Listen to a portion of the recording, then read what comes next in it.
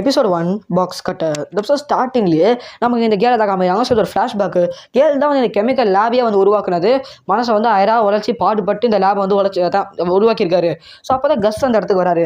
கஸ்ஸு கிட்ட வந்து இந்த மாதிரி நான் தான் இதை பண்ணியிருக்கேன்னு சொன்னோன்னே அப்போ தான் வந்து அவர் சொல்கிறாரு, யார் நம்ம கஸ் வந்து சொல்கிறாரு, உனக்கு எவ்வளோ நாள் எத்தனை பர்சன்டேஜ் சொன்னாலும் வந்து இந்த மாதிரி பண்ண முடியும், மெத்து பண்ண முடியும் கேட்கும்போது, நல்லா அந்த அளவுக்கு பண்ண முடியாது சார், எனக்கு வந்து ஒரு 90% தான் பண்ண முடியும்.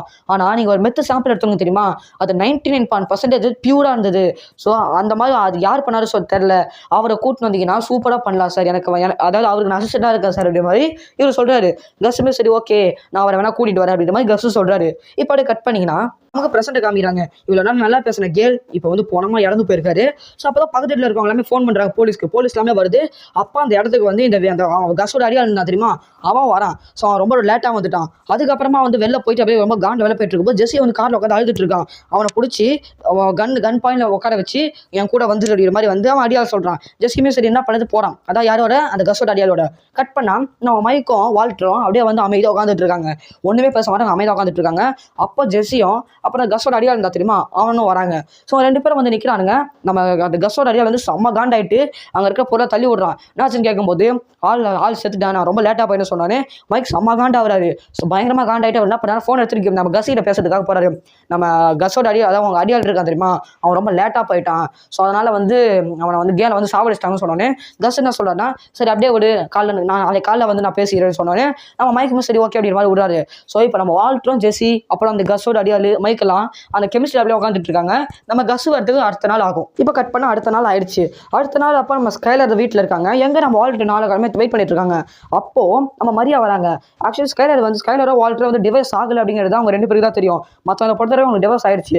அப்போ தான் மரியா கேட்குறாங்க, உங்க 2 பேரும் டிவைஸ் ஆயிடுச்சு, மாமா வீட்டுக்கு வந்தாரா, மாமாவோட கார் வெளில தான் இருக்கா, மாமாவை காணோன்னு வந்து மரியா கேட்டோன்னே என்னது மாமாவோட கார் வெளில நிற்கிறான்னு எட்டி பாருங்க.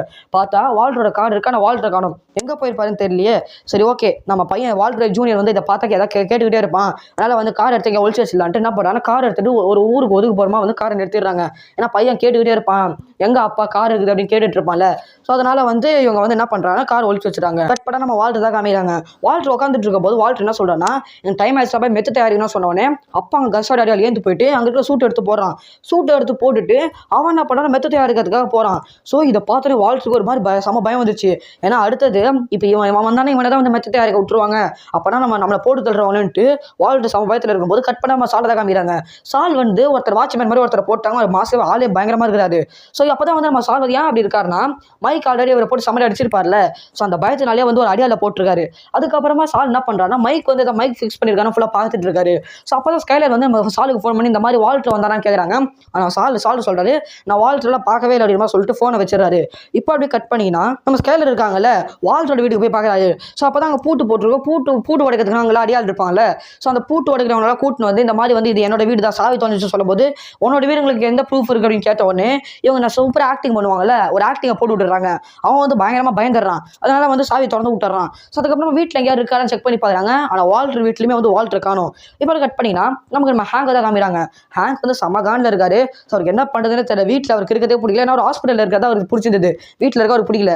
கட் பண்ணால் நம்ம வால்டர் தான் காமிக்கிறாங்க. அந்த இவருக்கான திரும்ப கஸ்ஸோட அடியால் அவன் சூப்பராக மெத்து செஞ்சுட்டு இருக்கான். நம்ம வால்டர் செம்ம பயம் வருது. 1% தான் தப்பாக பண்ணுவான், அதான் தப்பாக பண்ணுவான்னு பார்த்தா அவன் தப்பே பண்ணாமல் இவங்க என்ன பண்ணணும் அப்படியே பண்ணுறான். ஸோ இவங்க பண்ணுறது எல்லாமே வந்து மேலே இருந்து எட்டி பார்த்து இவனுக்கு பண்ணுறது எல்லாத்தையுமே வந்து பார்த்துட்டு இருந்திருக்கான். ஸோ அப்போ தான் நம்ம வால்டர் என்ன சொல்கிறான்னா, ஏய் நீ யாரும் குறையாக பண்ணுறா, அதான் தப்பாக பண்ணுற அப்படின்னு சொன்னோன்னே, ஏய் நீ பண்ணதான் பண்ண, அப்போ நீ தப்பாக பண்ணுறியா அப்படின்ற மாதிரி அவன் கேட்க நம்ம வால்டருக்கு ஒன்றுமே புரியல. ஐயோ இவன் என்ன இவ்வளோ சூப்பராக பண்ணுறானே, ஐயோ அப்போ நம்ம கஸ் நம்மளை போட்டு தள்ளுறாருன்ட்டு அவர் ஒரு சம பயத்தில் இருக்க. அப்போ அந்த இடத்துக்கு நம்ம கஸ் வராரு. கஸ்ஸுக்கிட்ட வால்டருக்கு எஞ்சுறாரு, என்னை விட்டு கஸ்ன்ட்டு. ஆனால் வால்டர் கஸ் வந்து கேட்குற மாதிரியே இல்லை. அந்த ரத்தம் படக்கூடாதுன்ட்டு ஒரு சும்மா அப்படியே கோட் மாதிரி போடுவாங்க, அதை போய் போகிறதுக்காக ரெடி ஆகிட்டாரு. நம்ம வால்டர் என்ன சொல்கிறான்னா, இவன் அரைகுறையாக பார்த்து கற்றுருக்கான், இப்போ அந்த கெமிக்கல் பேர் கூட அவனுக்கு என்ன தெரியாது, நாளை பின்ன அந்த பிரச்சனை வந்தால் அவன் என்ன பண்ணுவேன் அப்படின்னு கேட்கும்போது நம்ம கஸ் கேட்குற மாதிரியே இல்லை. அப்படியே வால்டர் பார்த்துல வராரு. அப்போ தான் வால்டர் புரிஞ்சுக்கிறாரு, ஓகே நம்மளை கொல்ல தான் போகிறாங்க. அப்போ தான் வால்டர் என்ன சொல்கிறான்னா, இப்போ நீ என்ன ஒருத்தனை கொல்லிட்டா ஜெஸ்ஸி வேலை செய்ய மாட்டேன், நீ ஜெஸ்ஸியை மட்டும் கொண்டனா நான் வேலை செய்ய மாட்டேன், 2 பேரும் கொண்டு அப்படின்ற மாதிரி சொன்னோன்னே டக்குன்னு நம்ம கஸ் என்ன பண்ணுறாருன்னா கஸ்ஸோட அடியாள் இருக்கான் தெரியுமா, அவனை கொண்டுறாரு. இவங்களே செம ஷாக்கு. ஏன்னா மைக்கும் அந்த அடியாளுமே வந்து கஸ்ஸுக்கு ரொம்ப விசுவாசமாக இருந்தாங்க. ஆனால் கஸ் வந்து அவனை கொண்டுட்டாரு. அப்போ அதான் எதுக்கு கொண்டாரு அப்படிங்கிற மாதிரி இப்போ சரியான ரீசன் நம்ம கிட்ட சொல்ல, அடுத்த எபிசோடில் வேணால் சொல்லலாம். அப்போ கஸ் என்ன சொல்கிறான்னா, உங்களோட வேலையை பாருங்க, இந்த பாடி டிஸ்போஸ் பண்ணுங்க சொன்னானே. சரி ஓகேன்னு சொல்கிறாரு. அதாவது ஃபர்ஸ்ட் சீசனில் ஒரு மாதிரி டிஸ்போஸ் பண்ணிடுறாங்க தெரியுமா, இந்த கிரேஸோட அடியால். அதே மாதிரி வந்து இந்த பாடி டிஸ்போஸ் பண்ணிடுறாங்க. ஸோ அதுக்கப்புறமா வந்து மெத்தட்டாக இருக்கிற வேலையுமே வந்து அவங்க ஒரு பக்கம் பார்த்துக்கிட்டு இருக்காங்க. அதெல்லாம் முடிச்சுட்டு இவங்க இப்போ வந்து என்ன பண்ணுறாரு, ரெஸ்டாரண்ட்டில் சாப்பிட்டுட்டு இருக்கும்போது அப்போ நம்ம வால்டர் கேட்குறாரு, டே ஜெசி அந்த கேலை கொல்லும் போது நீ எதாவது பயந்தியன்னு கேட்கும்போது, நான் பயப்படலாம் இல்லை, நம்ம உயிர் வாழ்றதுக்கு நம்ம யாரையா கொல்லணும்னு வச்சுன்னா நம்ம கொண்டுதான் ஆகணும். எனக்கு நீயா அந்த கேலா அப்படின்னு பார்க்கும்போது எனக்கு நீ தான் தெரிஞ்ச, அதனால தான் நான் வந்து பாவம் எதுவுமே பார்க்காம அவனை கொண்டுட்டேன் அப்படின்ற மாதிரி ஜெசி சொல்றாரு. நம்ம ஆர்டர் ரொம்ப சந்தோஷமா இருக்கு. கட் பண்ண அவர் வீட்டுக்கு போறாரு. அங்கே போய் பார்த்தா ஒரு கார் இல்லை. ஸ்கேலர் கிட்டே நம்ம கார் எங்கன்னு கேட்கும்போது, நீங்கள் வீட்டில் வர இல்லை, கார் வேற இங்கே வெளில இருக்கு, நம்ம பையன் எங்கே எங்கள் அப்பா எங்கன்னு கேட்டா நான் என்ன சொல்ல தெரியல, நான் தான் கார் எடுத்து ஒழிச்சு வச்சுட்டு சொன்னேன். நம்ம ஆர்டர் ரொம்ப ஹாப்பியாக இருக்காரு. நம்ம ஒய்ஃப் ரொம்ப நல்லவளா இருக்காரு அப்படின்ட்டு நமக்கு ரொம்ப உதவி பண்ணலன்ட்டு ரொம்ப ஹாப்பியாக இருக்காரு. கட் பண்ண நம்ம கேர்ள் வீட்டில் தான் காமிக்கிறாங்க. ஏதாவது தடையா சிக்குதா அப்படிங்கிற மாதிரி அங்கே இருக்கவங்களாம் தேடிட்டு இருக்காங்க. அப்போ அவங்க லேப் நோட்டு ஒன்று நோட் இருக்கு. இந்த நோட்டு இந்த சீரீஸ்லேயே ஒரு பெரிய ரோல் ப்ளே பண்ண போது இந்த நோட்டை வந்து நோட் பண்ணிக்கோங்க. Episode 38 snaps. இந்த ஸ்டார்டிங்லேயே நம்ம வால்டர் தான் காமிக்கிறாங்க. ஸோ அவர் வந்து கன்று வாங்கிட்டு இருக்காரு. ஏன்னா கஸ் வந்து நம்ம வால்டர் எப்போ நல்லா கொள்ள வருவார். ஸோ அதனால வந்து நம்ம வால்டர் கஸ்ஸை கொள்றதுக்காக ஒரு சேஃப்டிக்காக ஒரு கன்று வாங்கிக்கிறாரு. அந்த கன்று வாங்கிக்கிட்டு டக்குன்னு வந்து நம்ம கஸ் எதாவது போடுறதுல பிளான் போட்டாருன்னா டக்குன்னு இப்போ அந்த கோர்ட்லேருந்து கன் எடுத்து நம்ம கஸ்ஸை சுடுறதுக்காக அதுக்காக ட்ரைனிங்லாம் எடுத்துகிட்டு இருக்காரு. ஸோ கொஞ்சம் கொஞ்சமாக ட்ரைனிங் எடுத்துகிட்டு இருக்காரு. ஒருத்தங்கிட்ட கன்று வாங்கிட்டாரு. இப்போ அதை கோர்ட்டில் வைக்கிறாரு. பட்டுன்னு எடுத்து நம்ம கஸ்ஸை சுடுறதுக்காக அதுக்கு ஃபுல்லாக ட்ரைனிங் எடுத்துகிட்டு இருக்காரு. இப்போனா நம்ம ஜெஸ்ஸியும் அவங்க ஃப்ரெண்ட்ஸ் தான் காமிக்கிறாங்க. ஸோ நம்ம அவங்க ஃப்ரெண்ட்ஸ் வந்து ஜெஸ்ஸி வீட்டுக்கு வராங்க. வந்ததுக்கப்புறமா அவங்க கிட்ட இருக்கிற நிறைய காசை பார்க்குறாங்க. அப்போ தான் நம்ம ஜெஸ்ஸி சொல்கிறா, இதை வச்சு நம்ம நிறைய பார்ட்டி பண்ணலாம், எல்லாரையும் கூப்பிடுவோம், நமக்கு தெரிஞ்சவங்க எல்லாருமே கூப்பிட்டு நம்ம ஃப்ரெண்ட்ஸ் எல்லாருமே கூப்பிடுன்னு சொன்னோன்னே அவங்க ஃப்ரெண்ட்ஸும் சரி ஓகேன்ட்டு அவங்க ஃப்ரெண்ட்ஸ் எல்லாருமே கூப்பிட்றாங்க. அவங்க ஒரு ஸ்பீக்கர்லாம் இருக்குது, ஸ்பீக்கர்லாம் வாங்கி வச்சுட்டு ஹோம் தேட்டர் தான் இருக்குது. அது எல்லாத்தையுமே வச்சு ஜாலியாக அப்படி என்ன பண்ணுறாங்கன்னா பார்ட்டி தான் ஃபுல்லாக மெத்தடிஸ்ட் படுத்துட்டு இருக்காங்க. அவங்க அந்த மாதிரி வந்து ஃபுல் ஆஃப் பார்ட்டியில் தான் வந்து இப்போ ஜெஸ்ஸி இருக்கான். ஸோ அவன் வந்து டைம் அதாவது கேப்பே விடாமல் பார்ட்டியில் இருக்கான். கட் பண்ணால் நம்ம ஹேங்க் தான் காமிக்கிறாங்க. ஸோ ஹேங்க் வந்து ஆன்லைனில் வந்து ஒரு கல் வாங்கியிருப்பாரு. அந்த கல் வாங்கிட்டு அது வந்து அவருக்கு ரொம்ப பிடிச்சிருக்கா, ரொம்ப நாளாக ஆசைப்பட்டு அந்த கல் வாங்க அந்த கல் வாங்கியிருப்பாரு. அந்த கல்லை வாங்கி அந்த கல்லையே தான் பார்த்துட்டு இருக்காரு. தூங்க கூட மாட்டேங்கிறாரு. மரியாதை இதை பார்த்துக்கிட்டு இருக்காங்க. எங்க தூங்குங்கன்னு சொன்னால் நீ உன் வேலையை பாரு அப்படின்ட்டு சமகாலே திட்டி விட்டுறாரு. ஏன்னா ஹேங்க் இருக்கார்ல, அவர் வந்து மரியா வந்து ஹாஸ்பிட்டல்லே இருக்க வேணாம், வீட்டுக்கு வாங்க சொன்னோன்னே இவர் வந்து அங்கே ஹாஸ்பிட்டல் தான் இருப்பான்னு சொன்னார்ல, அந்த கானை தான் வந்து இவங்க காமிக்கிறாரு. அப்புறமா வந்து ஒரு வேக்யூம் கிளீனர் இருக்குது. அது வந்து அந்த இடத்த ஃபுல்லாக க்ளீன் பண்ணுற மாதிரி நம்ம ஜெஸ்ஸி வீட்டில் காமிக்கிறாங்க. ஸோ இப்போ இதுக்கப்புறமா எல்லாம் மறுபடியும் எழுந்துக்கிறாங்க. மறுபடியும் பார்ட்டி பண்ணுறானுங்க. இப்போ கட் பண்ணிங்கன்னா நம்ம வால்டர் தான் காமிக்கிறாங்க. வால்டர் எப்பயும் போல் வந்து அவனை அந்த மெத்து செய்யறதுக்காக வந்து அந்த கெமிஸ்ட்ரி லேப்குள்ளே வந்திருக்காரு. அங்கே பார்த்தா புதுசாக ஒரு ஆள் இருக்கான். அவன் பேர் வந்து டைரியஸ் கிட்டு. அவனை பார்த்தோன்னே வந்து என்ன யார் நீன்னு கேட்கும்போது என்ன புதுசாக அப்பாயின் பண்ணியிருக்காங்க, உங்களை சூப்பர்வைஸ் பண்ண சொல்லியிருக்காங்க அப்படின்னு சொல்கிறான். அப்புறமா மேலே வந்து மைக் சொல்கிறாரு, ஆமாப்பா புதுசாக பால் வந்திருக்காங்க, இதுக்கப்புறம் நல்லா பயங்கரமாக வந்து ரூல்லாம் போட்டிருக்கோம், அதனால் இந்த ரூல் கட்டுப்பட்டு தான் நீ ஆகணும்னு சொல்கிறாரு பைக்கு. கட் பண்ண நம்ம ஸ்கைலர் தான் காமிக்கிறாங்க. ஸ்கைலர் வந்து அந்த வாட்டர் வாஷ் கம்பெனி தெரியுமா, அந்த கம்பெனி முன்னாடி உட்காந்து கணக்கு போட்டுட்ருக்காங்க. எத்தனை கார் வருது, ஒரு மாதத்துக்கு எவ்வளோ காசு வரும் அப்படின்ற மாதிரி ஃபுல்லாக கணக்கு போட்டுட்ருக்காங்க. இப்போ நம்ம ஜெஸ்ஸி தான் காமிக்கிறாங்க. ஜெஸ்ஸி வீட்டில் வந்து ஃபுல்லாக பார்ட்டி தான் போய்கிட்டு இருக்கு. அப்போ ஃப்ரெண்டு ஆண்ட்ரியா வந்திருக்காரு. நம்ம ஜெஸ்ஸிட்ட சொல்ல ஜெஸ்ஸி ஆண்ட்ரியா போய் பார்க்க போகிறான். அப்போ ஆண்ட்ரியா என்ன சொல்கிறாங்கன்னா, என் தம்பி செத்ததுக்கு அப்புறமா நீ வந்து என்னை பார்க்கவே இல்லைன்னு கேட்கும்போது, அதுக்கப்புறமா என் வீட்டு பக்கத்தில் ஏதோ காசில் வச்சுட்டு போனால் அது நீ தான் வச்சேன்னு கேட்கும்போது, ஆமாம் நான் தான் வச்சேன், இதுக்கப்புறம் நீ வந்து நீயே ஃபுல்லாக பார்த்துக்க, என் கூட இனிமேல் சேராத, என் கூட இனிமேல் பழகாத, நீ போ இங்கேருந்து போ அப்படின்ற மாதிரி நம்ம ஜெஸ்ஸி வந்து விரட்டா தான் பார்க்குறாங்க. ஆண்ட்ரியாமே சரி ஓகேட்டு கார் எடுத்துகிட்டு அவங்க கிளம்புறாங்க. கட் பண்ணால் நம்ம வால்டர் தான் காமிக்கிறாங்க.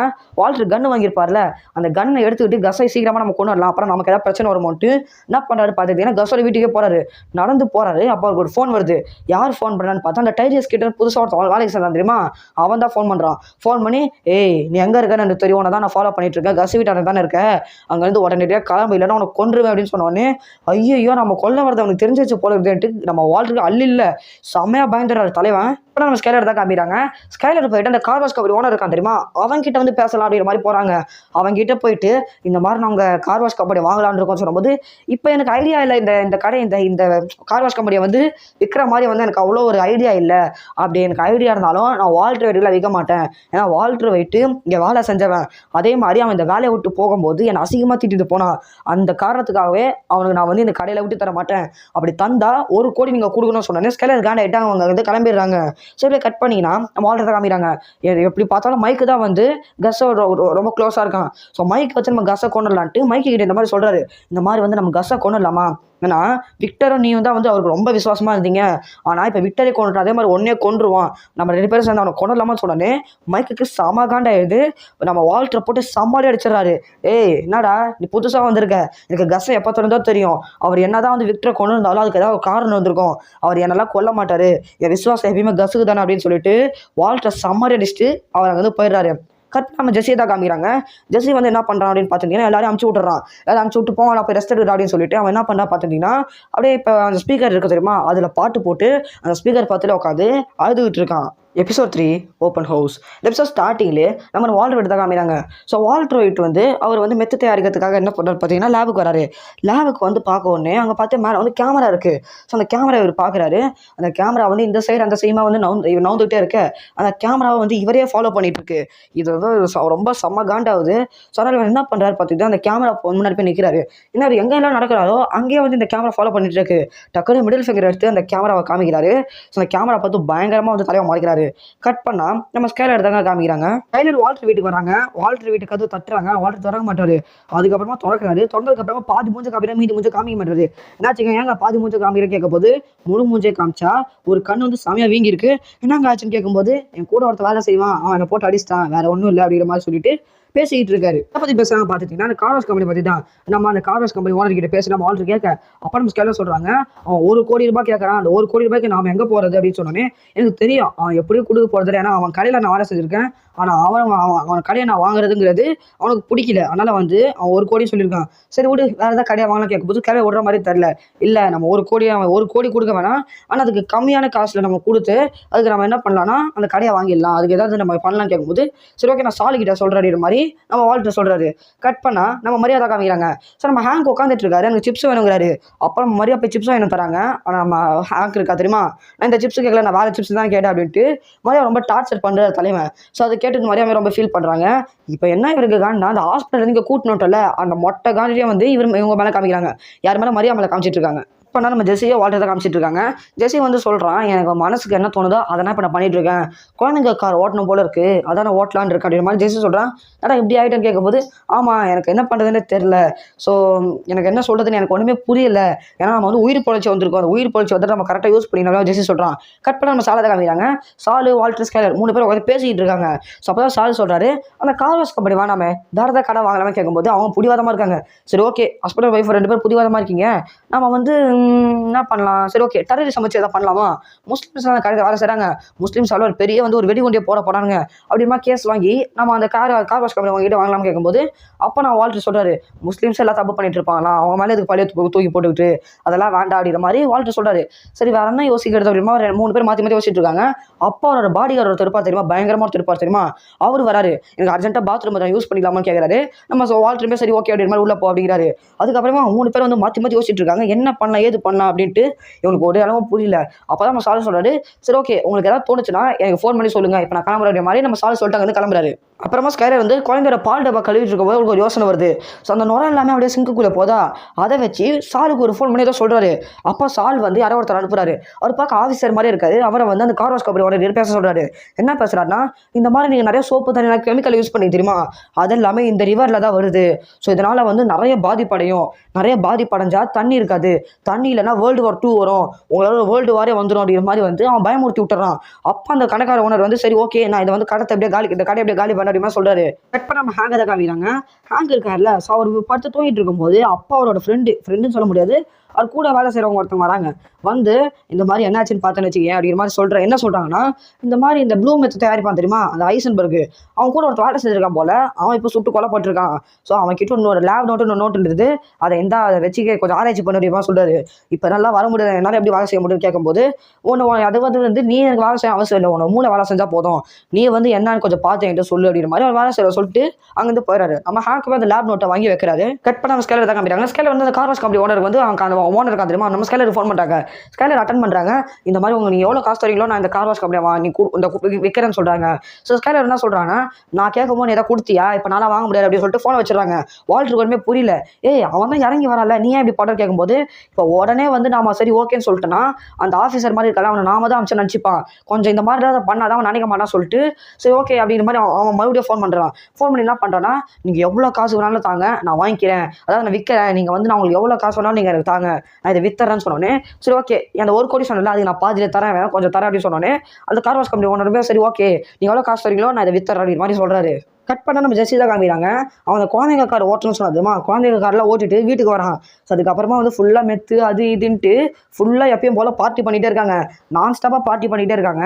இவன் ரொம்ப தனிமையாக ஃபீல் பண்ணுறான். ஸோ அதனால் வந்து நான் ஸ்டாப்பாக ஃபுல்லாக பார்ட்டி தான் அங்கே போயிருக்குது. கட் பண்ணால் நம்ம வால்டர் ஸ்கேலர் தான் காமிக்கிறாங்க. வால்டர் வந்து இப்போ ஒரு காஸ்ட்லியான ஒயின் வாங்கியிருக்காரு. வாங்கினதுக்கப்புறமா இது எவ்வளோ நம்ம ஸ்கேலில் கேட்கக்கூடாது, ரொம்ப காஸ்ட்லி அப்படின்ற மாதிரி சொன்னோன்னே ஏங்க இந்த மாதிரி காஸ்ட்லியானலாம் வாங்கக்கூடாது, நம்ம வந்து இந்த மாதிரி கார் வாஷ் கம்பெனி வாங்கியிருக்கோம். இப்போ மற்றவங்களை பொறுத்தவரைக்கும் உங்களுக்கு வேலை இல்லை, இந்த மாதிரி நீங்கள் காஸ்ட்லியான பொருளாக வாங்கினீங்கன்னா இந்த மாதிரி மற்றவங்களுக்கு சந்தேகம் வரும். ஸோ இன்கம் டேக்ஸ் ஆஃபீஸில் நம்ம வீட்டுக்கு வருவாங்க, நம்ம இந்த மாதிரி பில்லெல்லாம் பே பண்ணுற மாதிரி ஆகிடும். ஸோ அவங்களை தூக்கி ஜெயிலில் வைப்பாங்க, அதனால காஸ்ட்லியான பொருளை யூஸ் பண்ணாதீங்க அப்படின்னு சொல்கிறாரு. கட் பண்ண நம்ம ஹேக்கை தான் காமிக்கிறாங்க. ஹேக் நேற்று தூங்குறதுக்கு முன்னாடி அந்த லேப் நோட்டில் என்னதான் இருக்குது அப்படின்ற மாதிரி படிக்கிறாரு. ஸோ இதோட அந்த எபிசோட முடியுது, இந்த வீடியோ முடியுது. இதுக்கப்புறம் பார்த்தீங்கன்னா 10 எபிசோட் தான், அதை நம்ம கூடிய சீக்கிரத்தில் பார்க்கலாம்.